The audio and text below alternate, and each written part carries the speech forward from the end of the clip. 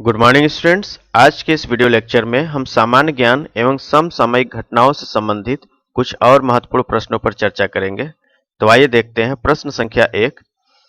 अशोक चक्र से सम्मानित होने वाली सबसे कम उम्र की प्रथम भारतीय महिला कौन है? इसका उत्तर है नीरजा भनोट। भारत की बहादुर बेटी नीरजा भनोट का जन्म 7 सितंबर 1963 को चंडीगढ़ में हुआ। ये पैन अमेरिकन वर्ल्ड एयरवेज में एयर होस्टेस थी। 5 सितंबर 1986 को मुंबई से अमेरिका जा रहे इनके विमान को पाकिस्तान के कराची में आतंकवादियों ने हाईजैक कर लिया। 360 यात्रियों और चालक दल के 13 सदस्यों की जान बचाते हुए ये गोलियों का शिकार हो गई थी।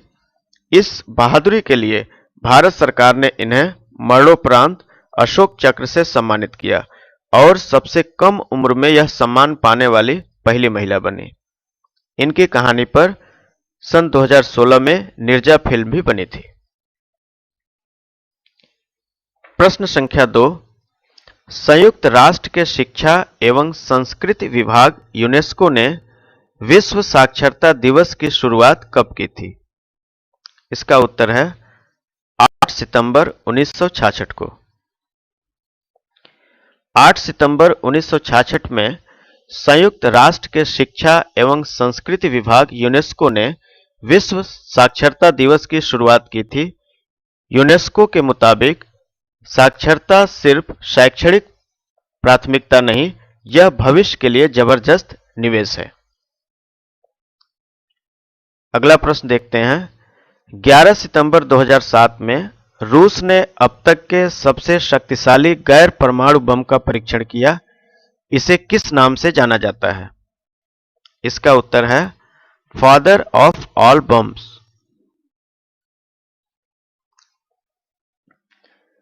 यह बम करीब 44 टन टीएनटी के बराबर की मारक क्षमता रखता है। अगला प्रश्न है।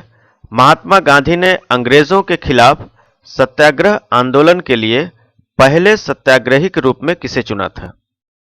इसका उत्तर है आचार्य विनोबा भावे। स्वतंत्रता सेनानी सामाजिक कार्यकर्ता आचार्य विनोबा भावे का जन्म 11 सितंबर 1895 में रायगढ़ में हुआ था। वह महात्मा गांधी के परम अनुयायी थे। सन 1940 में महात्मा गांधी ने उन्हें अंग्रेजों के खिलाफ सत्याग्रह आंदोलन के लिए पहले सत्याग्रही के रूप में चुना था। अगला प्रश्न देखते हैं। भूदान आंदोलन की शुरुआत कब हुई? इसका उत्तर है 18 अप्रैल 1951।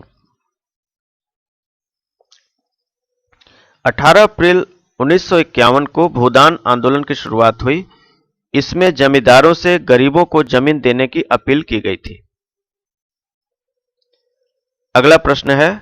वर्ष 1958 में कम्युनिटी लीडरशिप के लिए अंतर्राष्ट्रीय रमन मैग्सेसे पुरस्कार प्राप्त करने वाले पहले भारतीय कौन थे? इसका उत्तर है आचार्य विनोबा भावे। 1958 में कम्युनिटी लीडरशिप के लिए अंतर्राष्ट्रीय रेमन मैग्सेसे पुरस्कार प्राप्त करने वाले विनोबा भावे पहले भारतीय बने। 15 नवंबर 1982 को दुनिया को अलविदा कह गए। 1983 में मरणोपरांत भारत रत्न अवार्ड से इन्हें सम्मानित किया गया।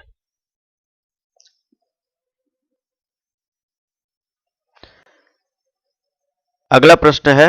एशियन गेम्स 2018 के किस स्वर्ण पदक विजेता मुक्केबाज को भारतीय मुक्केबाजी महासंघ BFI ने साल 2018 के अर्जुन पुरस्कार के लिए नामित किया है? इसका उत्तर है अमित पंघाल। अगला प्रश्न है। सारागढ़ी का ऐतिहासिक युद्ध कब हुआ था? इसका उत्तर है 12 सितंबर 1897 को। सारागढ़ी का ऐतिहासिक युद्ध 12 सितंबर 1897 में ब्रिटिश भारतीय सेना की 36वीं सिख बटालियन के 21 सिख जवानों और 10,000 अफगानों के बीच लड़ा गया था।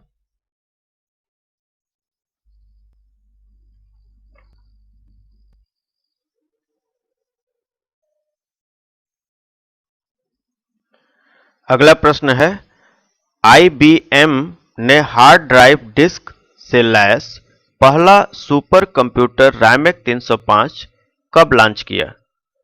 इसका उत्तर है 14 सितंबर 1956 में।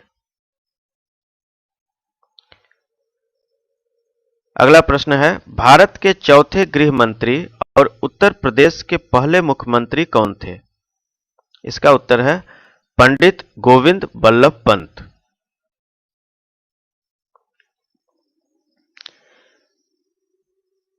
देश के चौथे गृह मंत्री और उत्तर प्रदेश के पहले मुख्यमंत्री पंडित गोविंद बल्लभ पंत का जन्म 1887 में उत्तराखंड में हुआ। इनका मुख्यमंत्री कार्यकाल 1937 से 1939 तक रहा। बाद में ये भारत के गृह मंत्री 1955 से 1961 के बीच रहे। 1957 में राष्ट्रपति राजेंद्र प्रसाद ने इन्हें भारत रत्न से सम्मानित किया और 7 मार्च 1961 को 73 साल की उम्र में इनकी मृत्यु हो गई।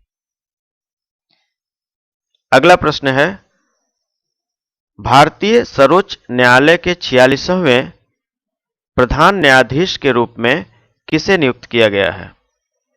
इसका उत्तर है रंजन गोगोई। सुप्रीम कोर्ट में वरिष्ठतम न्यायाधीश जस्टिस रंजन गोगोई भारत के मुख्य न्यायाधीश नियुक्त हुए हैं। प्रधान न्यायाधीश दीपक मिश्रा के सेवानिवृत्त होने के बाद 3 अक्टूबर को देश के 46वें प्रधान न्यायाधीश के रूप में इन्होंने अपना पदभार ग्रहण किया। अगला प्रश्न है, राष्ट्रभाषा के बिना राष्ट्र गूंगा है। मेरा यह मत है कि हिंदी ही हिंदुस्तान की राष्ट्रभाषा हो सकती है और होनी चाहिए। जनता की बात जनता की भाषा में ही होनी चाहिए। यह कथन किसका है? इसका उत्तर है महात्मा गांधी।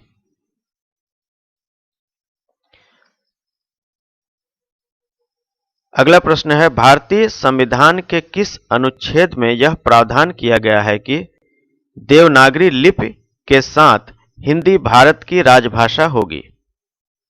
इसका उत्तर है अनुच्छेद 343।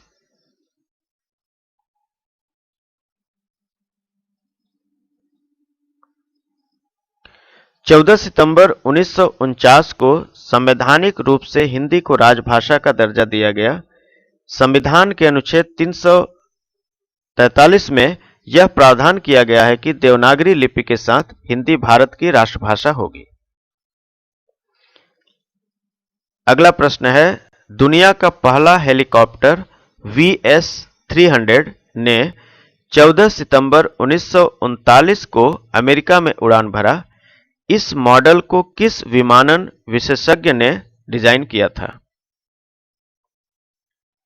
इसका उत्तर है इगोर सिकोरस्की।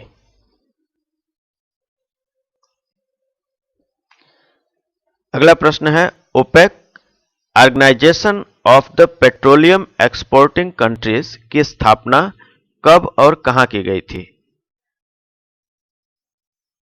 इसका उत्तर है 14 सितंबर 1960 में इसकी स्थापना की गई थी, इराक की राजधानी बगदाद में।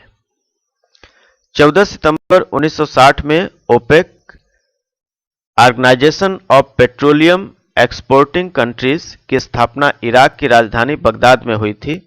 यह 15 पेट्रोलियम उत्पादक देशों का संगठन है। इसका गठन पेट्रोलियम नीतियों के समन्वय के लिए किया गया था। इसका मुख्यालय वियना में स्थित है। अगला प्रश्न है, सोवियत संघ के द्वारा लूना परियोजना के अंतर्गत छोड़ा गया अंतरिक्ष यान लूना 2 को कब लॉन्च किया गया था? इसका उत्तर है 12 सितंबर 1959 को। 14 सितंबर 1959 में सोवियत संघ ने लूना परियोजना के अंतर्गत छोड़ा गया अंतरिक्ष यान लूना 2 या ल्यूनिक चांद पर पहुंचने वाली पहली मानव निर्मित वस्तु बना। 800 किलोमीटर प्रति घंटे की रफ्तार से सफर करने के बाद यह यान चांद पर उतरते ही क्रैश हो गया। क्रैश होने के पहले यह यान 36 घंटों तक उड़ता रहा। लूना 2 से ही यह पता चला कि चांद पर न तो चुंबकीय क्षेत्र है और न ही किसी प्रकार का रेडिएशन। 12 सितंबर 1959 को इस यान को लॉन्च किया गया था। इससे पहले सोवियत संघ ने 1959 में लूना फर्स्ट नामक अंतरिक्ष यान चांद पर भेजा था, लेकिन सफलता नहीं मिल पाई थी।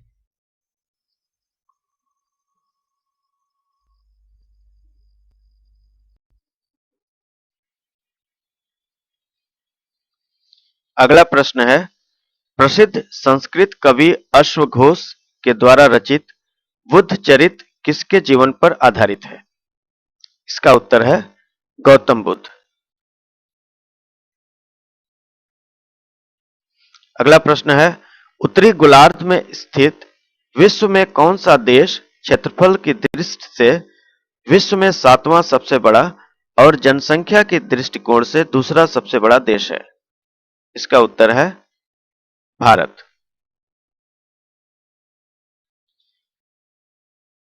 अगला प्रश्न है, तिराना इंटरनेशनल एयरपोर्ट का नाम किस भारतीय नागरिक के नाम पर रखा गया है? इसका उत्तर है मदर टेरेसा। प्रश्न संख्या 20, कौन सी महिला क्रिकेट खिलाड़ी वनडे इंटरनेशनल्स में 200 विकेट प्राप्त करने वाली पहली भारतीय महिला बनी? इसका उत्तर है झूलन गोस्वामी। अगला प्रश्न है, जून 2018 में बेंगलुरु में अफगानिस्तान के खिलाफ जारी टेस्ट मैच के पहले दिन कौन से भारतीय सलामी बल्लेबाज टेस्ट मैच के पहले ही सेशन में सेंचुरी लगाने वाले पहले भारतीय बल्लेबाज बन गए हैं? इसका उत्तर है शिखर धवन। अगला प्रश्न है, कौन से पहले भारतीय थे जिन्हें उनके जीवन काल में ही डाक टिकट पर चित्रित किया गया था? इसका उत्तर है डी.के. कर्वे।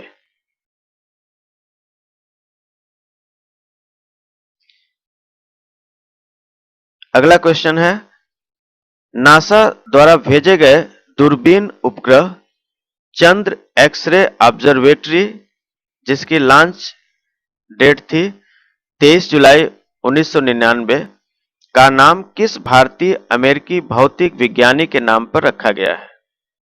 इसका उत्तर है सुब्रमण्यम चंद्रशेखर। अगला प्रश्न है, हिंदी में प्रकाशित किताब कोई अच्छा सा लड़का के लेखक कौन है? इसका उत्तर है विक्रम सेठ।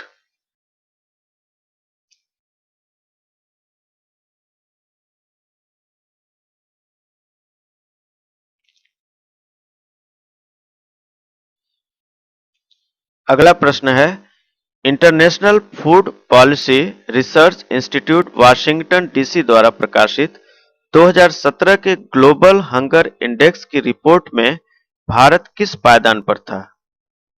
इसका उत्तर है 100। अगला प्रश्न है, Credit Suisse research institute CSRI 2018 की रिपोर्ट के मुताबिक परिवार नियंत्रित बिजनेस यानी फैमिली बिजनेस की संख्या के लिहाज से भारत दुनिया भर में किस स्थान पर है? इसका उत्तर है तीसरे स्थान पर।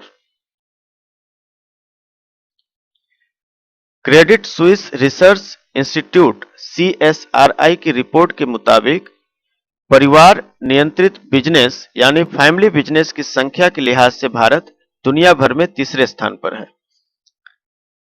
देश में परिवार नियंत्रित कंपनियों की संख्या 111 है। इस मोर्चे पर 159 ऐसी कंपनियों के साथ चीन पहले, जबकि 121 कंपनियों के साथ संयुक्त राज्य अमेरिका दूसरे स्थान पर है। क्रेडिट स्विस फैमिली 1000 इन 2018 रिपोर्ट के मुताबिक परिवार नियंत्रित बिजनेस के मामले में दुनिया भर में गैर जापान एशियाई क्षेत्र, चीन, भारत और हांगकांग का दबदबा है। अगला प्रश्न है, विश्व व्यापार संगठन WTO की स्थापना कब हुई तथा इसका मुख्यालय कहाँ स्थित है?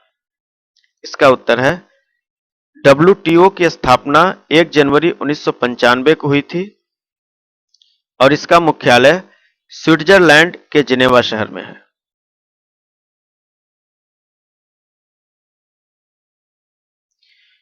विश्व व्यापार संगठन WTO की स्थापना 1995 को हुई थी। इसका मुख्यालय स्विट्जरलैंड के जिनेवा शहर में है। इसके सदस्यों की संख्या 164 है। भारत शुरू से ही इसका सदस्य है। 2017 में पूरी दुनिया में 17.43 ट्रिलियन डॉलर मूल्य की वस्तुओं का व्यापार हुआ है।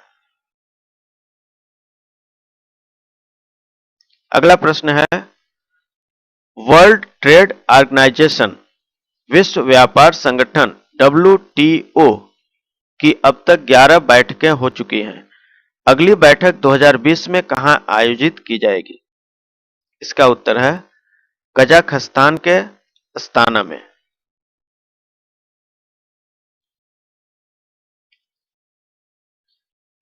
अगला प्रश्न है, प्रधानमंत्री नरेंद्र मोदी की अध्यक्षता वाले स्किल इंडिया अभियान के ब्रांड एम्बेसडर किसे बनाया गया है? इसका उत्तर है, बॉलीवुड स्टार वरुण धवन और अभिनेत्री अनुष्का शर्मा को।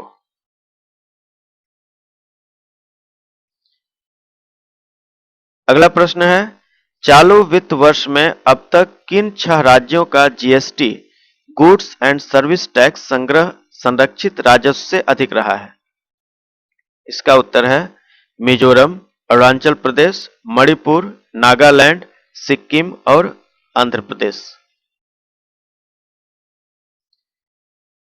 अगला प्रश्न है, चालू वित्त वर्ष में संरक्षित राजस्व के मुकाबले GST संग्रह में सर्वाधिक कमी किन राज्यों में दर्ज की गई है? इसका उत्तर है, पुदुचेरी, पंजाब, हिमाचल प्रदेश, जम्मू कश्मीर, छत्तीसगढ़, कर्नाटक और बिहार। चालू वित्त वर्ष में संरक्षित राजस्व के मुकाबले GST संग्रह में सर्वाधिक कमी पुदुचेरी में 42%, पंजाब में 36%, हिमाचल प्रदेश में 36%, जम्मू कश्मीर में 28%, छत्तीसगढ़ में 26%, कर्नाटक में 20% और बिहार में 20% दर्ज की गई है।